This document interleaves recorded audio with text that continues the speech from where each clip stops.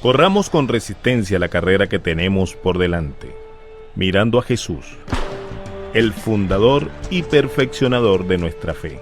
En estos tiempos todo el mundo tiene una agenda. Estamos pendientes de nosotros mismos. Dios quiere que sus siervos se mantengan centrados en la agenda de Dios y no en sus propias agendas. Hoy, las lecciones de Jonás continúan, al igual que continúan las nuestras. Quédate con nosotros. Desde la iglesia Moody en Chicago, esto es Correr para Ganar con el Dr. Erwin Luxer, cuya enseñanza clara nos ayudará a cruzar la línea de llegada. Busca en Jonás capítulo 3 en el Antiguo Testamento y únete a nosotros mientras oímos un mensaje sobre la muerte al propio interés. Algunas personas tienen dificultades para tragarse la historia de Jonás, pero Jesús evidentemente la creyó. Y si Jesús la creyó, esa historia es lo suficientemente buena para mí. Una de las cosas que vemos al comienzo de la historia de Jonás y que tú puedes buscar en tu Biblia es que Jonás era muy terco. Él fue un profeta muy terco. Y tú y yo somos profetas tercos. Pero vamos a leer esto en Jonás 3. Vino palabra del Señor por segunda vez a Jonás, diciendo: levántate, ve a Nínive. Dios es el Dios que da segundas oportunidades. Dios es el Dios de los nuevos comienzos. Hay algunas personas que no te darán una segunda oportunidad cuando ellas miran a través de su propio microscopio casero. Pero Dios es el Dios que le da a la gente una segunda oportunidad. Y por lo tanto la palabra del Señor vino a Jonás. Y te darás cuenta que en el versículo 3 dice: y Jonás se levantó y fue a Nínive. En esta oportunidad él no dijo: pero sin embargo, un poco más atrás en el capítulo 1, versículo 3, si él hubiese dicho por lo tanto Jonás se levantó para ir a Nínive, toda la historia habría sido diferente. Pero en ese momento Jonás tenía un pero. Él estaba dispuesto a ponerse en contra de Dios. Y luego dice, en el versículo 4, y el Señor desató sobre el mar un fuerte viento. Y ahora finalmente Jonás estaba dispuesto a ceder ante Dios, después de haber pasado 72 horas en el vientre de un pez. A veces tenemos la impresión de que Jonás fue vomitado por el pez en las afueras de Nínive. Y luego lo que hizo fue que llegó a la ciudad y estaba usando unas ropas muy malolientes. Y creemos que todavía tenía algunas algas enredadas alrededor de su cabeza. Y su cuerpo estaba blanco a causa de todos los jugos gástricos que había encontrado en el centro de su aprendizaje creativo. Pero en realidad esa no fue la forma en que sucedió, porque si nos fijamos en un mapa, te darás cuenta que Nínive está como mínimo a unos 653 kilómetros desde cualquier lugar en el Mediterráneo. Y pudo haber sido 3 semanas o un mes más tarde cuando Jonás llegó a Nínive a predicar su mensaje, que era muy corto. Nínive era una gran ciudad y Jonás era interesantemente nacionalista y estaba lleno de odio hacia esas personas porque él sabía que Nínive tenía una reputación de ser violenta y también sabía que los ninivitas podrían ir contra Israel, de la misma forma como habían saqueado muchos otros países.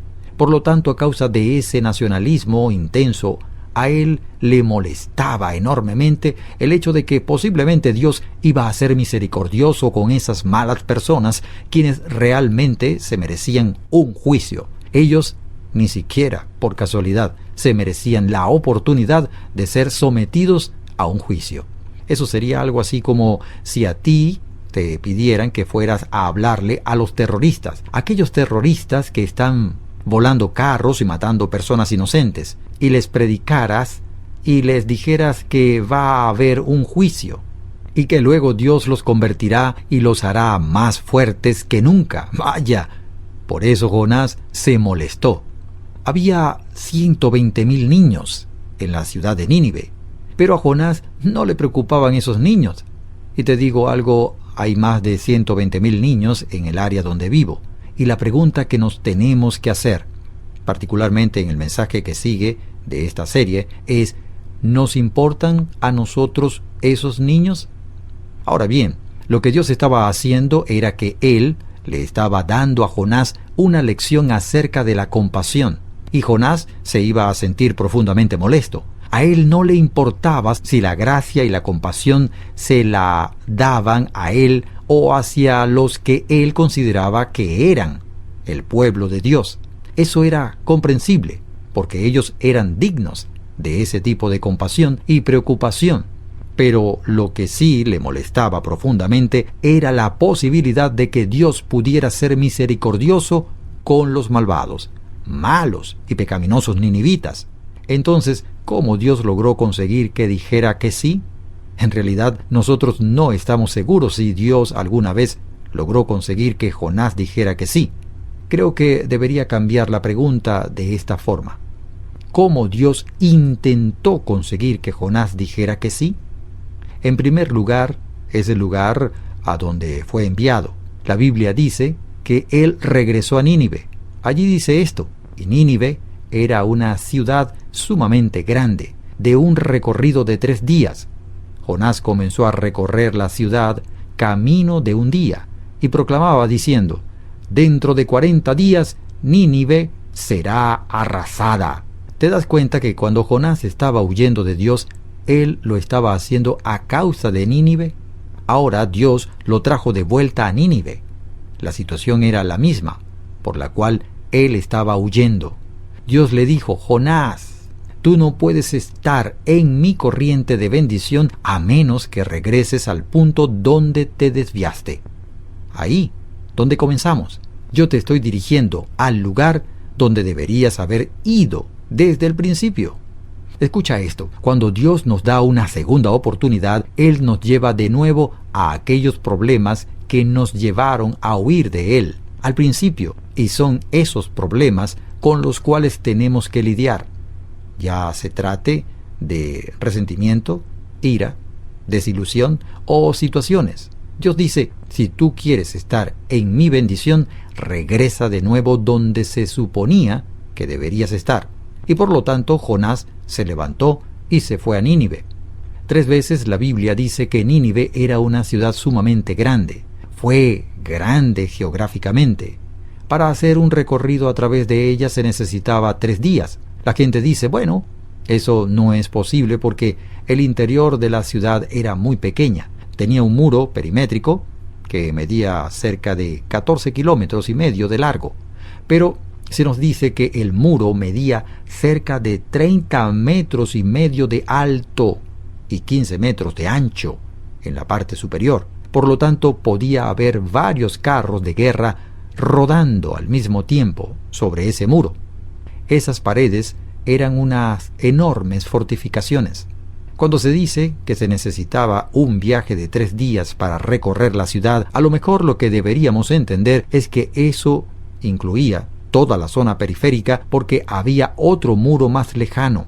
Y más allá de eso, había varias ciudades y varios asentamientos. Y tal vez por eso es que se necesitaban 3 días para caminar a través de ellos. Pero Jonás recorría la distancia que podía recorrer en un día y comenzó a predicar. Sí, Nínive fue grande geográficamente. Por cierto, también fue grande culturalmente. De hecho, los arqueólogos nos dicen que en ese momento en Nínive había una biblioteca con tablillas de arcilla, miles de ellas, de modo que ellos tenían una gran cultura, tenían avances y tenían educación. Nínive fue grande culturalmente. También fue muy grande en términos de su maldad. No voy a decirte en un lugar público los detalles de todo lo que hicieron, pero los ninivitas empalaban a los niños. Ellos desollaban vivas a las personas y hacían una gran cantidad de cosas de las cuales no queremos oír hablar. Ellos eran realmente muy crueles. Eran especialistas en la crueldad, el mal y la violencia. Ahora bien, esos eran los ninivitas, los asirios de hace muchas generaciones. Y cómo me gustaría señalar que eso no tiene relación con los asirios que conocemos, los asirios que están hoy aquí adorando con nosotros. Pero esas fueron las personas a las que fue enviado Jonás. Y si te fijas en este asunto de ser enviado allí, te darás cuenta de que Dios hizo un milagro increíble.